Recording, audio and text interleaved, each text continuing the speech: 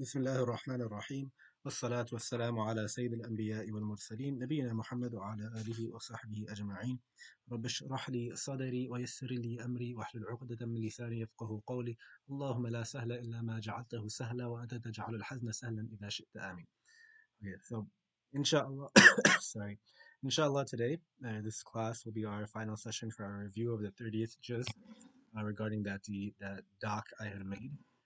Um, we're basically just going through the one, two, three, four different um, discussions that I had in the miscellaneous discussion session. So I'm hoping to, inshallah, just finish that up today. One of them is a bit of a longer discussion, so we'll try to go through that quick.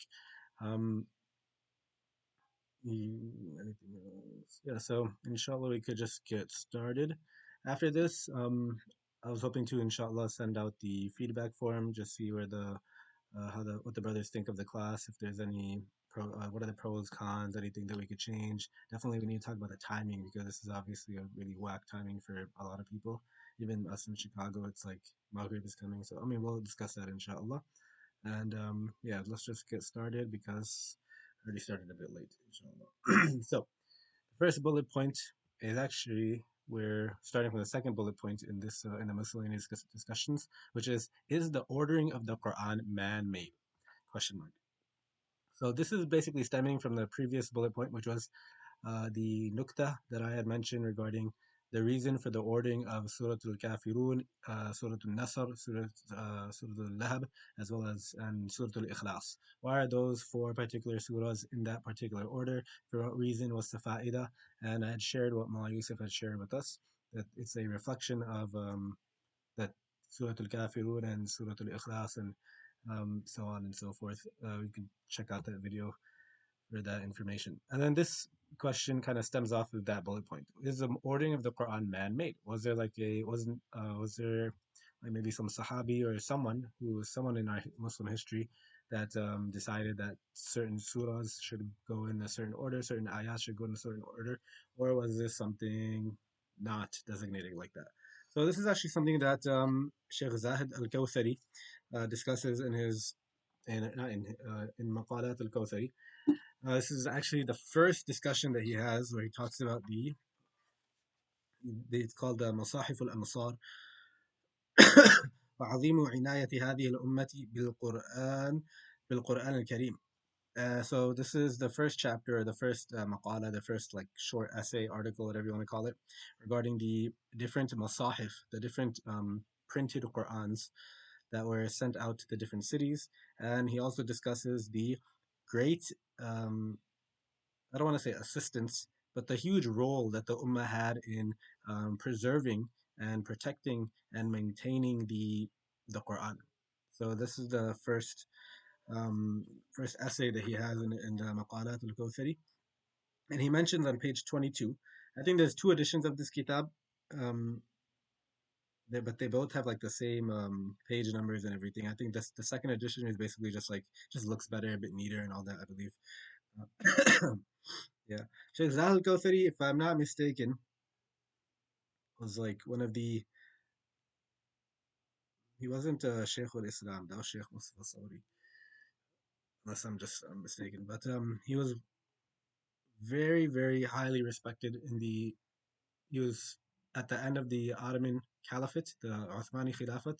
He was one of the, if not the top scholar of his time, a very, very strong Hanafi.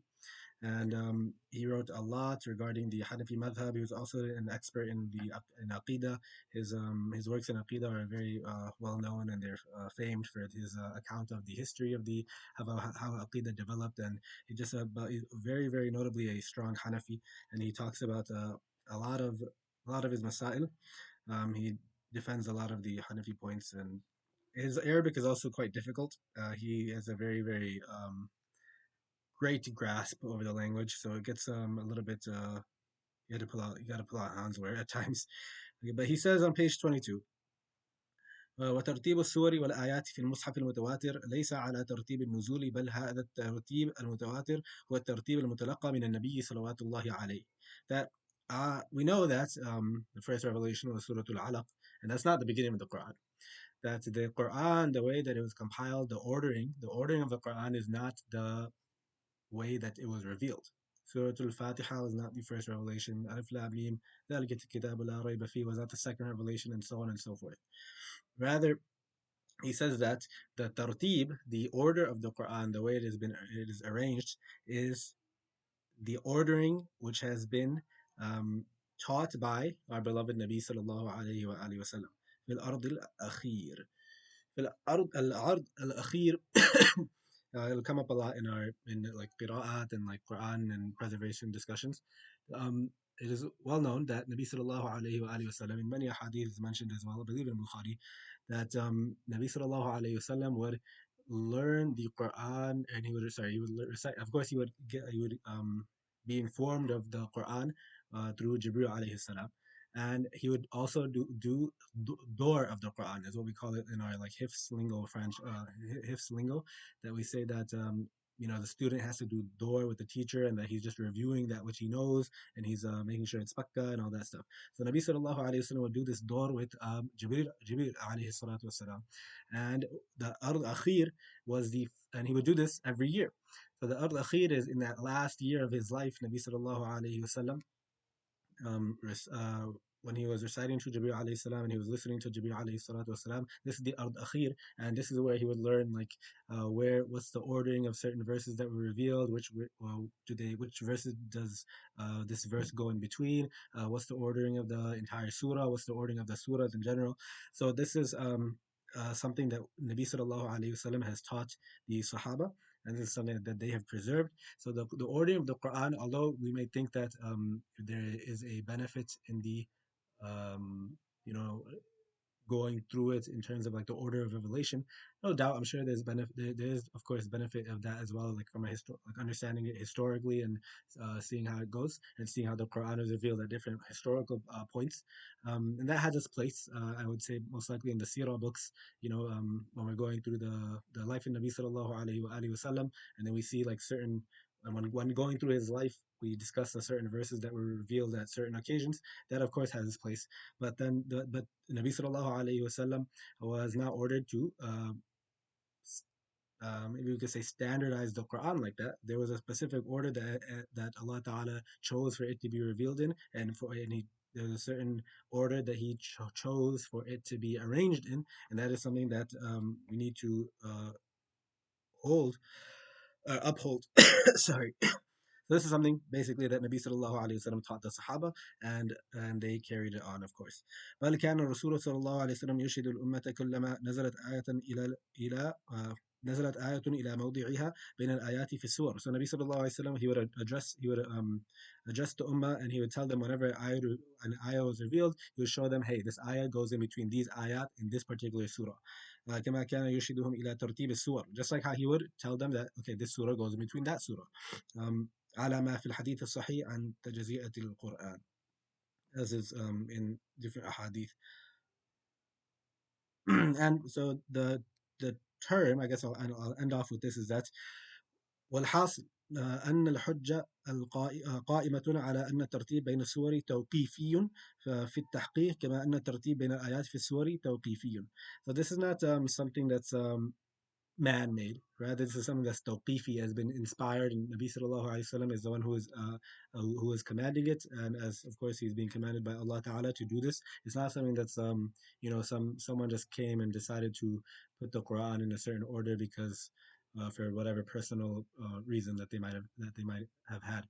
So it wasn't not even the biggest some huge sheikh of his time didn't make the order of the Quran. Or this is something that was uh, addressed by Nabi sallallahu alayhi wasallam, and he commanded it to be done in a certain way. Okay, so that was the short answer. Anyways, is the ordering of the Quran man-made? Okay, so we're done with that. Again, you can check Maqalat al-Kawthari for that. I'm sure many of the other Ulum al-Quran books have it as well. You could check those as well. Maybe Tibyan by Sabuni is an easy read. Perhaps Muti Taqi Usmani's Ulum al-Quran, an approach to the Quranic sciences, I believe is the English title of his work, an approach to the Quranic sciences. And I'm sure you could most definitely, you can find a PDF of that online by Mufti Taqi Uthmani. And I'm sure he probably discusses it as well. Okay, the third bullet point, or the second one for today, is that the sihr and black magic discussion. Okay, so how do you talk about sihr to I want to say how do you talk about sihr and black magic to non-Muslims, but I mean this is something that's like problematic to Muslims as well. The one thing to keep in mind is that like when we say black magic, it's obviously like our it's a very loaded for us, right?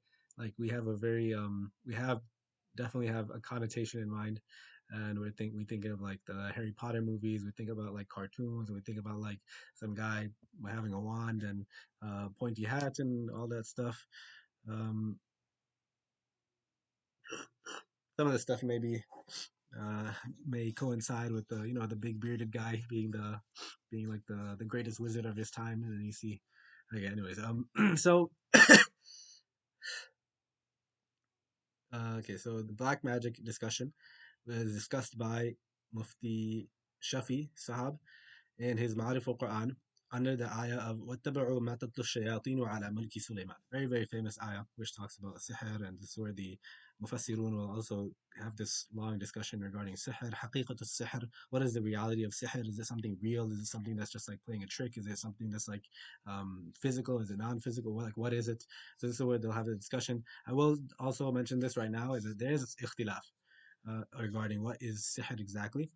Um, and I'm sure you can imagine our ulama were not sahirin. So this is not like, you know, something that they were like involved with on the day to day, unless some of them were like amids of their time as well.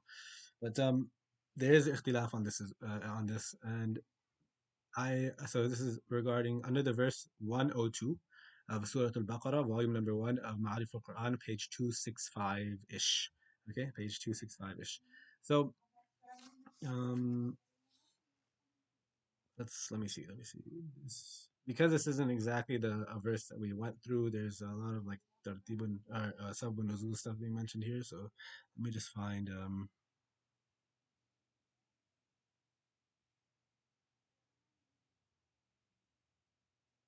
what is magic definition and effects.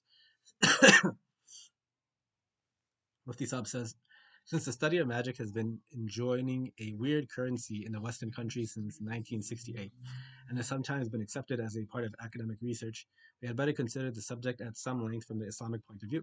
According to the authoritative Arabic dictionary Al Qamus, the word sihr or magic signifies an effect the cause of which is not apparent. Okay, so now that's very, very broad. Sihr is defined as an effect, the cause of which is not apparent. Now let's go through a couple of examples. Whether the cause may actually lie in something which possesses a luminous quality as the effect of certain phrases, or in things with an extrasensory reality as the effect produced by jinns and shayateen, or in the power of imagination as the effect of hypnotism, or in things which are sensory yet hidden, as a magnet drawing to itself a piece of iron when the magnet is concealed from the onlookers, or the effect of drugs when they have been furtively administered, or the influence of stars and planets. The causes at work being numerous, the forms of magic too are numerous. So as you can see, we're not talking about like some guy with a wand, right? This is something that he's giving different examples, and we're going to talk about each of these things. Magic and charms. So like when we think of magic, we shouldn't have like all these like that loaded term in our head. We could think of even like something like sleight of hand, as he had mentioned, like someone having like a magnet underneath that they're concealing, and they're able to like pull stuff. Like that's something that could be called sihr, but and like no one's gonna think that like. So we have to be precise in what we're talking about, right? In everyday language, magic signifies those practices which involve the cooperation of jinns and devils. Okay, so now this is where let me just add something is that, of course, as Muslims, we accept, we believe that jinns and shayateen exist. So now it's not far fetched to say that, hey, these jinns and shayateens, like they're beings, correct? They're they exist. They have a certain autonomy. They have a willpower. They have the ability to do things, and so on and so forth. So it's possible that things that we may consider to be like black magic, when we think of it in our Islamic sense of people getting sick, of people having getting hurt, of people getting so on and so forth, like jinns and shayateen could most definitely play a part in that. Like, and that's something I think very easily acceptable to a like a normal Muslim, that if they're having doubts about like how is it that we believe in magic or whatever, and you say, if you just say, hey, I mean, we believe in jinns, right? And they'll of course agree. Then you could just say like of all their beings who sometimes like just like to do these sinful things, which is affect people and human beings in certain ways. Which and I don't think that's too too big of a pill to swallow. Okay, so magic in everyday language, magic signifies those practices which involve the cooperation of jinns and devils, or the exercise of the power of imagination, or the use of certain words or phrases. It is a rationally established proposition accepted by ancient philosophers and by some of the modern ones as well, and equally confirmed by observation and experiment, that words and phrases in themselves possess a certain efficacy, and that when certain letters, words, or phrases are recited or draw or written down for a specific number of times, they produce certain specific results. Similar results are obtained by employing human hair or nails or the clothes worn by the person concerned, etc. A practice which is usually described as a preparation of charms. All such things are commonly known as magic. So sihr or magic, the Islamic view. In the term, but he says, but in the terminology of the Holy Quran and the Hadith, sihr or magic refers to all those usual happenings which have been brought about with the active help of the shayateen. Okay, so like I said, this is something that's like not too. Um, sorry, something popped up on my screen.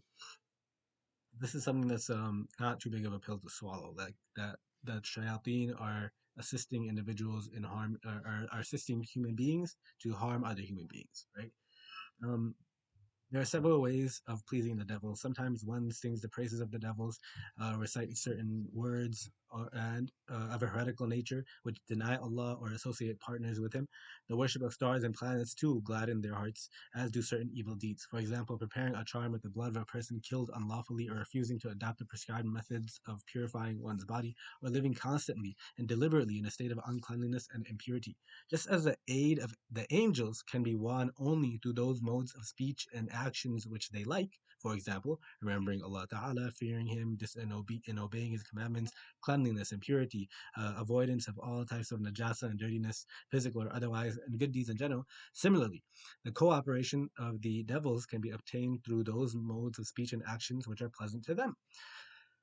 Um, that is why only those who are successful in the practice of black magic, who are habitually unclean and impure, avoid required purification, they avoid the remembrance of Allah, and they are given to all kinds of evil deeds. For example, it is usually during the period of menstruation that women become effective in the practice of black magic. So much for black magic or sorcery in the exact sense of the term. As for sleights of hand, mesmerism, hypnotism, or the tricks of jugglers, they are sometimes described as magic only by an extension of the meaning of the word, or like yani metaphorically, we call those things magic, as mentioned in Ruh al-Ma'ani. Let's see. This was the longest argument, the longest discussion that we had um, regarding this whole sihr and stuff. And it's very long. And I would recommend everyone to read it. I'm not going to read through all of it right now. Um, let me just find certain things to share, inshallah. But I would highly encourage everyone to go through it. So what exactly is sihr? Maybe I could try to go through this quickly. In his Mufradat al-Quran, Imam Raghib al-Asfahani says that there are several different types of magic. Firstly, there are sleights of hands. There's like sleight of hand, which deceives the eyes of the onlookers, but they have no further substance. Then there are ways of influencing the imagination of others through the concentrations of one own's powers of thought, so that they begin to see or feel things which do not really exist, as happens when in hypnosis. Such a result is sometimes obtained with the help of the shayateen. We can skip that.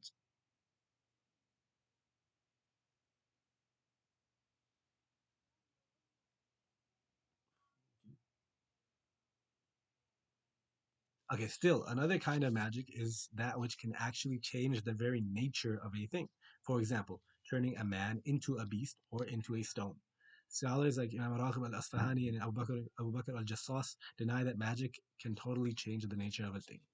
So they don't. They say that magic or this people's and like the shayateen and the people who are working with them, they can't actually change the haqiqah, the actual essence of a thing. They can really affect it in a negative way. Um, this is what the Mu'tazila say on the matter. That magic does not change the haqiqah of something, but it merely but confine the efficacy of magic only to influencing the imagination and to deceiving the eyes of the onlookers. But most of the scholars hold that neither the Sharia nor any rational argument forbids the possibility of a transubstantiation or the changing of one thing into another, like a living body turning into a stone. As for the well known. Okay, we'll just skip that. Moreover, there are some different proofs in the ahadith which show that it is that not proofs. There's some wordings of ahadith that kind of allude to the idea that it is possible that um, if a person was to perform black magic, that they could actually change the haqiqah of a thing, that they could actually change like a human being into a donkey, as is brought in this narration. Okay, miracles. So now, this is probably the last one or two things that I mentioned. Let us turn to another important aspect of the question. Through prophets and saints, certain events come into manifestation which normally and habitually never happen and are hence designated as kharqul ada. Kharqul ada, contrary to the habitual. The Islamic term for miracles of prophets is mu'jizat. Mu'jizat. And when a non-prophet, a very pious saint, a Sufi, a wali sahab, if he gets a miracle, we call it a karama, which I'm sure you guys are familiar with from your Aqidah Tahawiyah class. The effects produced by such miracles, whether they be of the mu'jizat of the Nabi or they be the karamatul awliya, they have a similar appearance to that produced by magic. So that this external resemblance leads some ignorant people to confuse the one with the other. Some people think that hey, this dude that's completely filthy and he's doing all these cool tricks. Perhaps he's been granted nubuwa and the sharia has changed and I should start following him and I should, there's no need for me to start doing wudu and start doing this and that. Na'udhu billah. Or and it's also on the flip side that perhaps some people did see pious people or even anbiya performing miracles, and they would think that hey, this is black magic. We're definitely not. We're gonna stay away from you now because you're involved in all this stuff. So one must understand the difference between the two very clearly. Um, the difference between a miracle and a difference between magic. The miracles of prophets and saints are different from magic, firstly, in their respective natures, and secondly, with regard to the signs and indications attendant upon each.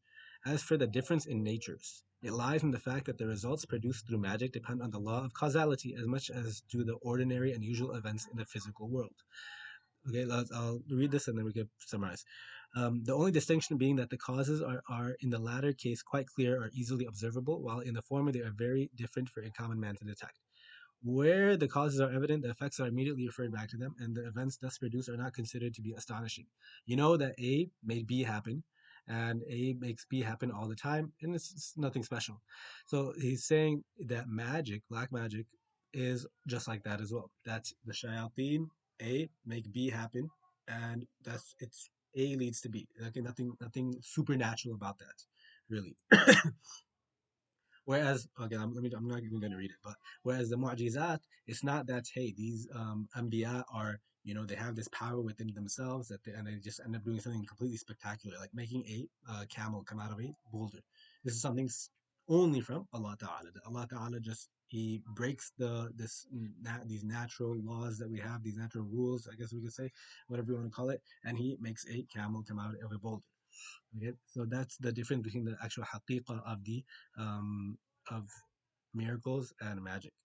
Uh, yeah, so he says miracles happen directly under divine command without the intervention of physical causes. For example, the Holy Quran tells us how the tyrant Nimrud threw Sayyidina Ibrahim alayhi salatu wasalam into a blazing fire, and how Allah Ta'ala commanded the fire to go cold for him, but not as cold as to do him harm. And the fire obeyed that command, and instead of scorching him, provided a place of safety. This was a direct divine act and hence a miracle. Now we sometimes hear of men. So this is a good uh, example, an analogy he's giving. Now, we sometimes hear of men who, having applied certain chemicals to their body, can enter a fire without being scorched. That is not a miracle, for the operative cause is of physical nature. That is the chemicals. Like a firefighter or whoever, they have this the goo or like the oil or whatever that they can put all over their body. They could enter the fire and it will not burn them. That's not supernatural because they're using physical causes. In this case, it's that oil or whatever that thing that they're applying to their body, which saves them from getting burned. That's what's saving them. Whereas in the case of Ibrahim alayhi salam, it's purely supernatural. It's divine intervention. That's the difference between a miracle and magic. Um,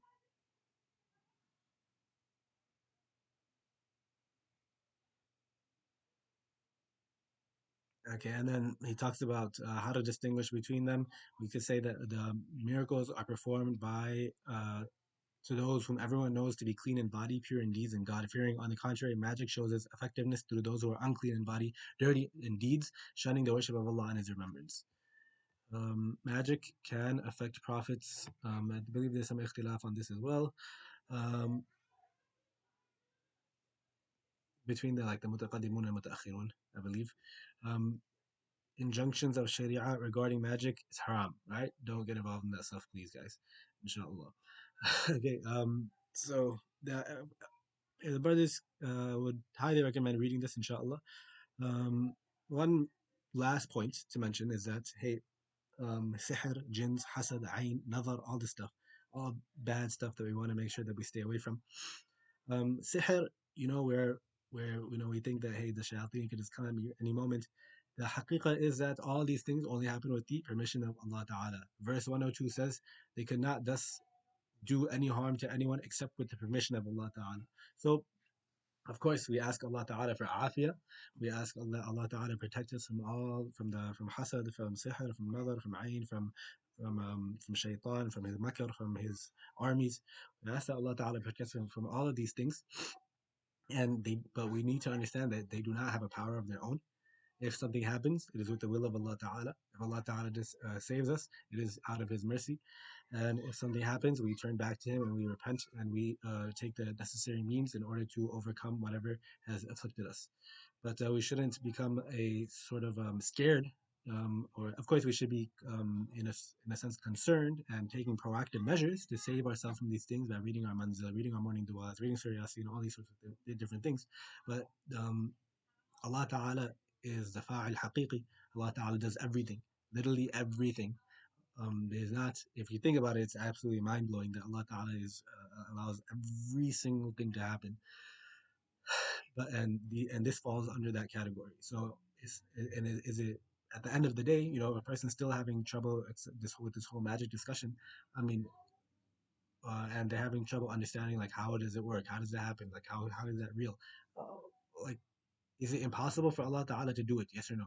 Of course it's not impossible for Allah Ta'ala to do it. So like then that shouldn't become a um, point of our doctrine that makes us feel like doubtful about our deen. Can Allah Ta'ala have jinns affect us through certain needs, certain mediums, and certain means? Yes, of course He can. So now, like, what's the issue, right? Like, what's the big deal in terms of like accepting it as a credo belief? Okay, that's that discussion. Started at about 8:20ish, about half an hour ago. I'll try to just wrap up quickly. Provide a deductive argument for the necessity of God's existence. All right. Inshallah. We have my now I gotta say probably like my go-to, the Johara by this is the Hashia of Imam Bajuri, either or I believe on the Jawhar al-Tawheed by Laqani. Not sure if it's Laqani. I've heard both. I've heard arguments for both, and not exactly sure if it's Laqani or Laqani with a tashdid on the qaf. Anyways, so how does he فواجب له الوجود والقدم كذا بقاء لا يشاب بالعدم. Provide a deductive argument for the necessity of God's existence. So let me just break down this why I phrase it like this. The difference between a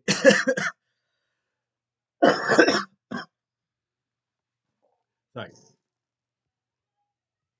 difference between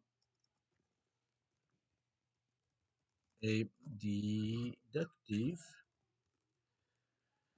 and inductive. Okay, so deductive and inductive reasoning. Let's say that one is basically top down and one is bottom up. That you have your, I, you have the inductive reasoning is basically our science that we look at a whole bunch of different things and we try to draw a conclusion from it. But that does not yield certainty. Okay, that does not yield certainty. Inductive reasoning.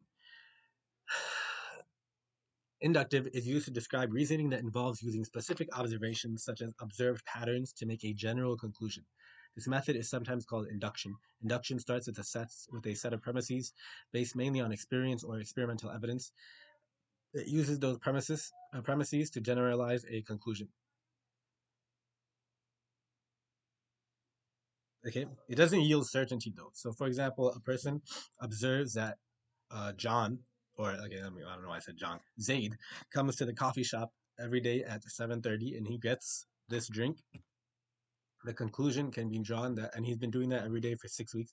The conclusion can be drawn that, hey, he's probably going to come in tomorrow. Tomorrow's a work day, and he's gonna be here around 7:30 to get that specific drink. That's probable. It does not yield certainty, right? A deductive argument, however, deductive reasoning, also called deduction, involves starting from a set of general premises and then drawing a specific conclusion that contains no more information than the premises themselves. Deductive reasoning is sometimes called deduction. Here is an example of deductive reasoning. Chickens are birds. All birds lay eggs. Therefore, chickens lay eggs. Okay, so it starts from the essence of a thing and you draw a conclusion from it. And this will yield certainty. Um, Mustafa is a man. All men are mortal. Therefore, Mustafa is mortal. Uh, yeah, that yields certainty, right? It's not like it would be impossible for me to be considered immortal, for me to be considered a man if I wasn't mortal, right? So therefore, if you say if you say I am a man, you're basically saying you're also agreeing to the whatever is under this word of man, which would include being mortal. Therefore, it's with 100% certainty you could say that Mustafa is mortal. Okay, what was the question? Um, Provide a deductive argument for the necessity of God's existence. So now you have quite a few inductive arguments. For example, I believe the argument of beauty, the fine tuning argument, stuff like that. Those would be inductive arguments. But the crux of the thing of this whole of what this of like the main discussion, the main argument that we use is the kalam argument, and I believe he talks about it on this page. Hopefully, I didn't get the wrong page number, but he says that as you guys are familiar with the whole division of where's it at? Are you guys familiar with the term of wajibul wujud? That which is necessarily must that being which must sorry wajibul wujud. That being which must necessarily exist. That being which must necessarily exist. So now let's talk about that. Well, why is there such a being that must necessarily exist, and why is that being God, or Allah Taala? ومعنى كونه تعالى واجب الوجود. What does it mean for Allah Ta'ala to be واجب الوجود, necessarily existing? أنه لا يجوز عليه العدم. That it is impossible, logically impossible, with 100% certainty, not inductively but deductively, for him to be non-existent. It is not possible for him to be non-existent. So now the reason I'm saying provide a deductive argument is because this is foolproof. This is there's no argument. There's a uh, this it can't be broken, right? You cannot deny the fact that Mustafa is a man, and all men are mortal. Therefore, Mustafa is mortal, right? You can't go against that. You could argue. I'm sure you could. Of course, there's people could bring their ishkals against the different premises and stuff like that. But we'll be able to uh, go through those, and we understand that the argument that the syllogism I gave is with 100% certainty is yielding yeah certain knowledge. Okay. Anyways, sorry. أنه لا يجوز عليه العدم. It's impossible for Allah Ta'ala to be non-existent. فلا يقبل العدم لا أزلا ولا أبدا. Allah Ta'ala cannot be cannot stop existing pre-eternally or post-eternally, like infinitely. Like he can't not exist from before or after. There's no point that he was born, and there's no point that he will die. Okay.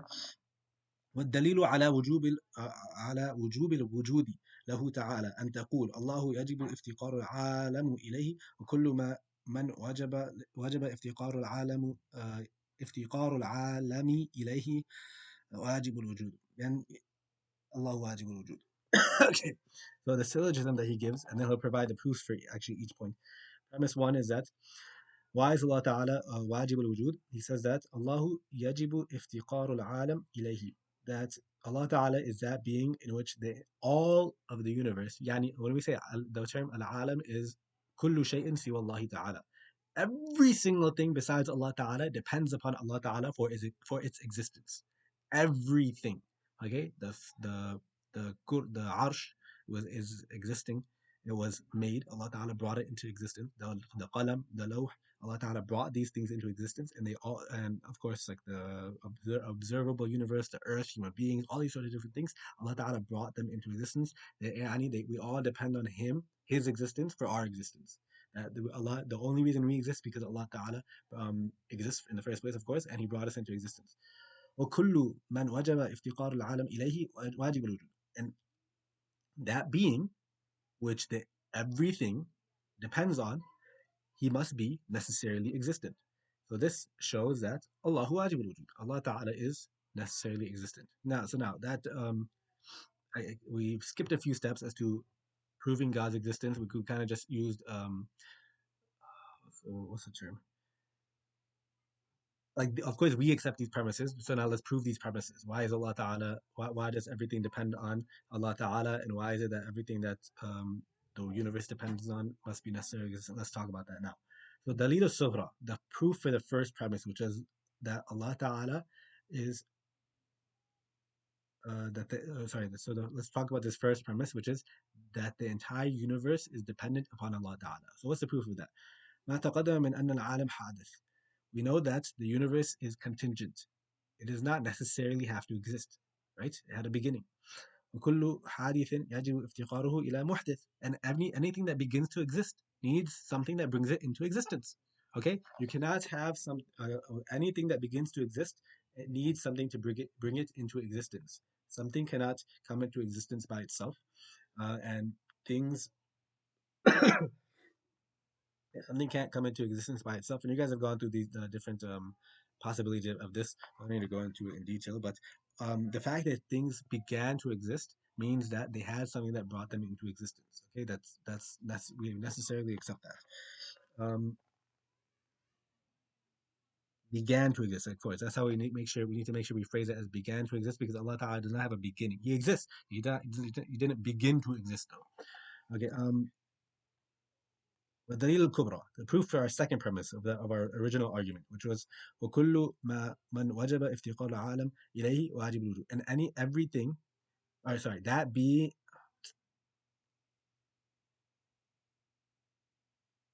and that being in which the entire universe relies upon for its existence must be necessarily existent, must be wajib al-wujud. What's the proof of that? That was our second premise for our argument earlier. أنه لو لم يكن واجب الوجود لكان جائز فيفتقر إلى محدث يفتقر محدث إلى محدث فإن رجع الأمر إلى الأول مباشرة أو بواسطة فالدور. So now, if you say that, why is it that if you say that everything depends on this wajib al-wujud, if he wasn't wajib, if the entire universe depends on something which brought it into existence, and that being also dependent on something which brought it into existence, then that would and if that being which also depended on something which brought it into existence, then it would just keep going and going and going and going. Okay. لأنه دار الأمر ورجع إلى مبدئه وإن تتابعت المحدثون واحدا بعد واحد محدث واحد بعد واحد إلى ما لا نهاية له فالتسلسل. So we have this whole thing of dawr and tasalsul, right? You guys are familiar with these terms. That these two things depend on each other, which is impossible, because it would necessitate if two things exist, but they both depend on each other to exist, to be brought into existence. Sorry, if two things exist and they both depend on each other to be brought into existence, then that would like how would that work exactly? This thing depends on this, and this thing depends on this. So which one came first? Right? If they both depend on each other for to be brought into existence, which one of these came first if they both exist at the same time? Meaning that they don't depend on each other, rather there's something else that they depend on. And if you say that, hey, this thing depends on A depends on B, B depends on C, and it just keeps going and going and going. Well, that's what we call the tasalsul, and that's also um, وكل من الدور والتسلسل محال. And both of these are rationally impossible. There has to be a beginning. There's no way to have a in infinite going backwards like that. Okay, so that's the argument for the necessity of God's existence. I apologize. That was could have been worded better. I was all over the place with that, but we could stop there for that one, inshallah. I'm sure you guys are also familiar with that argument. Um, you guys went through it in divine reality and what's it called? It does. I remember when we first learned it. Like I had to go through the argument so many times. I just couldn't wrap. I was an idiot. I'm still an idiot. But okay, I shouldn't say that. That's nashukri, right? Allah Ta'ala has granted all of us certain levels of intelligence, and it took me a bit longer than I would like to admit in understanding this argument. Is how I should word it. But alhamdulillah, this concept of infinity is something that we don't really talk about. It's something that's it takes a while to wrap our heads around. Okay, so don't feel bad if you're just like, hey, I don't get this, or hey, why are you saying this? It just seems so obvious that the answer is something else. Think about it some more. If you're having trouble understanding how this whole argument about infinity, inshallah, we can talk about it some more. Feel free to reach out to me. It is something that's difficult to wrap your heads around, to wrap our heads around, and it takes you just have to keep reading the argument over and over again, thinking about it some more, just looking at it from different perspectives, try to search up different examples of it, and inshallah it'll click eventually, inshallah, if you don't already understand it. What was I saying? Yeah, feel free to look at divine reality for this, and that'd be a good place to start. Provide an argument why God cannot have a son. Now, I specifically wanted to share the arguments stated by Ibn Juzay in his tafsir. I think he did a great job at mentioning a couple of different arguments. Let me get the zoom correct on this. So we have وقد قام الله البراهين في القرآن على نفي الولد وأوضحها أربعة.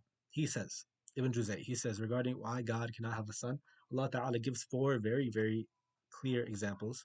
He gives multiple examples, and he says that he's mentioning four here, which are very clear. الأول أن الولد لا بد أن يكون من جنس والده. An offspring of a being has to be from the same genus, from the same species, whatever you want to say here, of its parent. Okay? Wallahu ta'ala laysa lahu jins. Allah ta'ala doesn't have a genus that could be birthed from. Okay? فلا يمكن أن يكون له ولد. So it's not possible for Allah ta'ala to have a son. وإليه الإشارة بقوله تعالى Allah Ta'ala says ما المسيح ابن مريم إلا رسول قد خلت من قبله الرسل وأمه صديقة كانا يأكلان الطعام. This verse that the Masih ibn Maryam, Isa alayhi salam, the son of Maryam alayhi salam, he is not but a messenger. There have been many messengers before him, and his mother was a very righteous woman. وأمه صديقة كانا يأكلان الطعام. They would both eat food. They would both eat food. Now this seems like something just like why did Allah Ta'ala just say that they eat? Because فَوَصَفَهُمَا بِصِفَةِ الْحُدُوثِ. Allah Ta'ala clearly shows that they are contingent beings. Yeah, so what does that mean? That they cannot be from the genus of Allah Ta'ala. They can't be the offspring of Allah Ta'ala because لينف- لينفي عنهما صفة القدم فتبطل مقالة الكفار. Okay, so this shows that they are not pre-eternal, that they are not from that they have no level of a of a godliness in them. Okay, so that's one reason that Allah Ta'ala does not, that's one argument that Allah Ta'ala does not have a son. Second argument, أن الولد إنما يتخذ للحاجة إليه والله لا يفتقر إلى شيء فلا يتخذ ولدا وإليه هذا أشار بقوله a child is there like how when we think of a child is supposed to take care of its parents when they grow old, and Allah Ta'ala has no need of someone assisting him. Okay, so he says, وَأَنَّ الْوَلَدَ إِنَّمَا يُتَّخَذْ لِلْحَاجَةِ إِلَيْهِ. A child is there for assistance, and you have an offspring so that they can help you in your old age and all these kinds of different things. Allah Ta'ala doesn't need all that. And he says, قَالَ اتَّخَذَ اللَّهُ وَلَدًا سُبْحَانَهُ هُوَ الْغَنِيُّ. Allah Ta'ala says in Surah Yunus, they say that God has taken a son. They say that Allah Ta'ala has taken a son. Subhana. He's beyond that. Don't say stuff like that. Huwa al-ghani. He is independent. Yani Allah Ta'ala is not dependent upon having a son so that when he grows old, he could take care of him, he could carry on the work or something, to carry on the legacy. Na'udhu billah. الثالث أن جميع الخلق عباد الله. All of creation worships Allah Ta'ala. They are the slaves of Allah Ta'ala. والعبودية تنافي البنوة. Slavehood contradicts, it cannot be paired up with um like having of a sorry, my nephew's crying outside, it's kind of throwing me off. Slavehood cannot coexist with family. Okay, yeah, we can say family. وإلى هذا أشار بقول. So that even in our fiqh, if a person was to buy a slave, like if a person was to buy his son, then like, and let's say his son was an adult, his son was traveling to a different country and he got taken as captive as a slave, or he had like distant relatives who were non-Muslims and they were taken as slaves. If he was to buy them, okay, maybe not distant. The you could look in the fifth books for the details of how distant the relatives would need to be. But like he bought his uncle or something. Let's say he bought his father. Then immediately that person would become free. It's not possible to own family members in our fiqh. So similarly, this argument is that if Allah Taala cannot have a son because everything for sure has to be a slave to him, and it's not possible for him to have a son and that son also be a slave to him. So in kullu ma fi samawati wal ardi illa ati rahmani abada.